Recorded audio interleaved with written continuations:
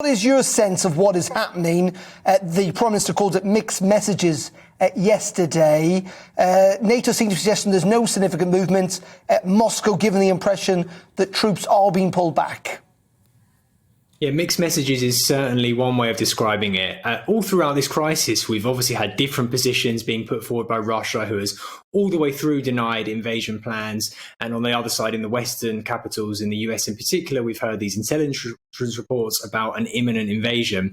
But over the last 48 hours, the narratives have diverged to a much greater extent. In Moscow, the mood is almost triumphant. They're mocking the West, saying that, well, we've backed down. Your predictions that we were going to invade today at 3 o'clock in the morning, all this kind of stuff are pointless, that you've been made to look silly.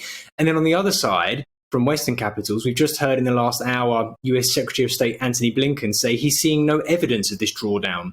And it's already been 36 hours since it was announced that Russia was pulling troops back. But Russia hasn't given any details of how many troops are pulling back, where they're pulling back to, whether military equipment is also being pulled back, or whether that's being left in place. And there's no trust between the sides. So that's the situation where we are now.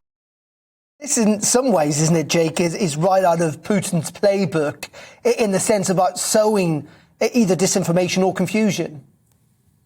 Yeah, for sure. We've seen Russia take this tack throughout the past decade, really, on a number of issues. And Putin still feels that he hasn't been given by the West what he wants. He wants some legal guarantee that Ukraine will never join NATO.